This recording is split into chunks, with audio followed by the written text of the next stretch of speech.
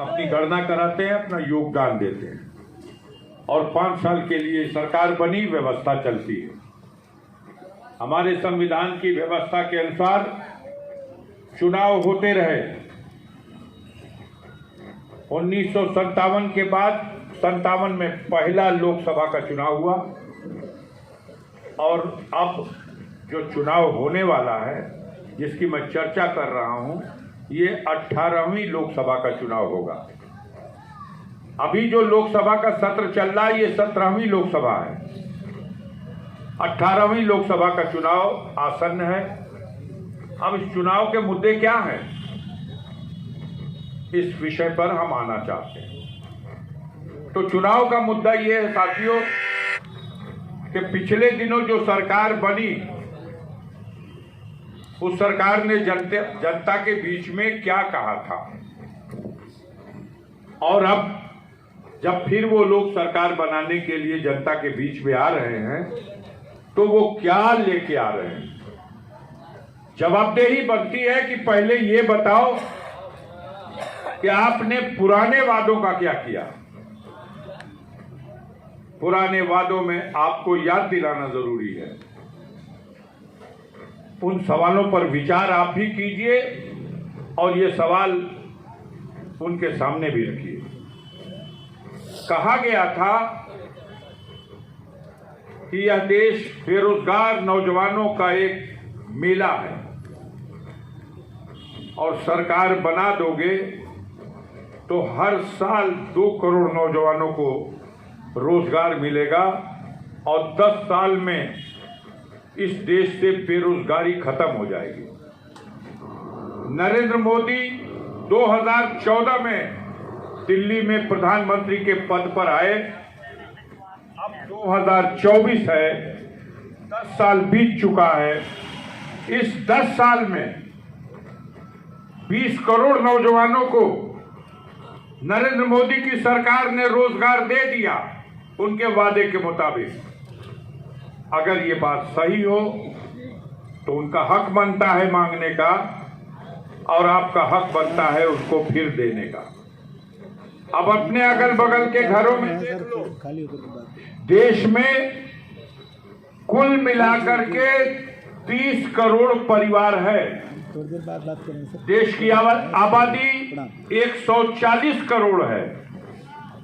एक परिवार में 10 सदस्य भी हैं, 3 सदस्य भी हैं। अनुपात 5 का निकाला जाए तो 30 करोड़ परिवार यानी 150 करोड़ नागरिकता।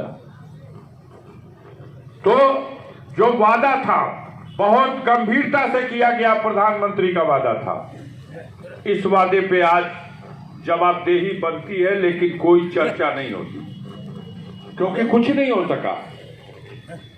नौकरियां जो पहले से मिली थी वो भी खत्म हो गई और आगे की नौकरी के लिए तो लोगों ने आस छोड़ दिया।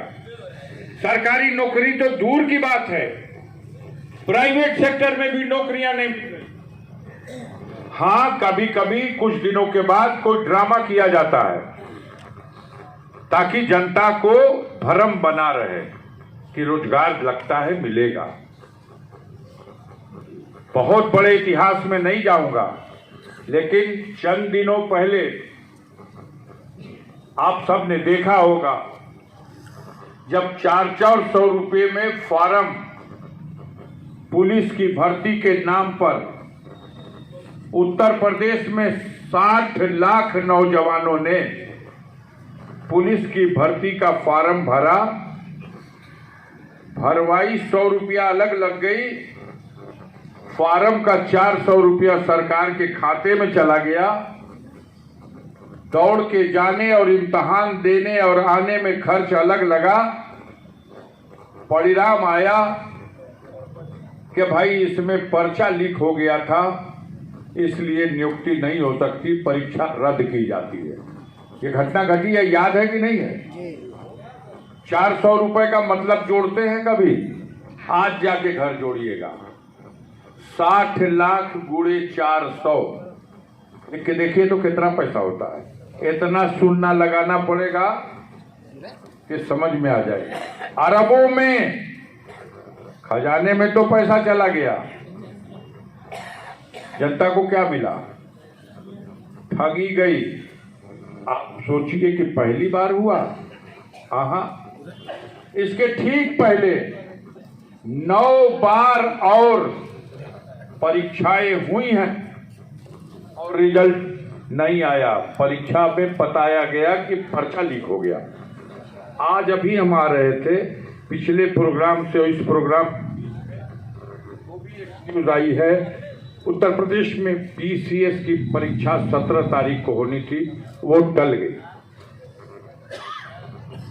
कितने चालाक लोग हैं, निराश भी नहीं होने देते। बेरोजगार नौजवान जब रोजगार मांगने जाता है तो लाठी से पीटा जाता है। वादा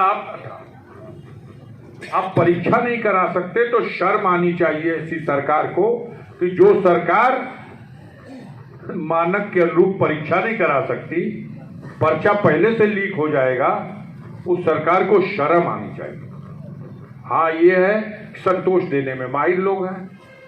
योगी जी का एक बयान आ गया, चिंता की कोई बात नहीं, नकल हुई थी, मैं जांच करूंगा, छोड़ूंगा नहीं किसी को, और परीक्षा का रद्द कर दी जाएगी। और सुनो, चुनाव के बाद फिर परीक्षा कराई जाएगी।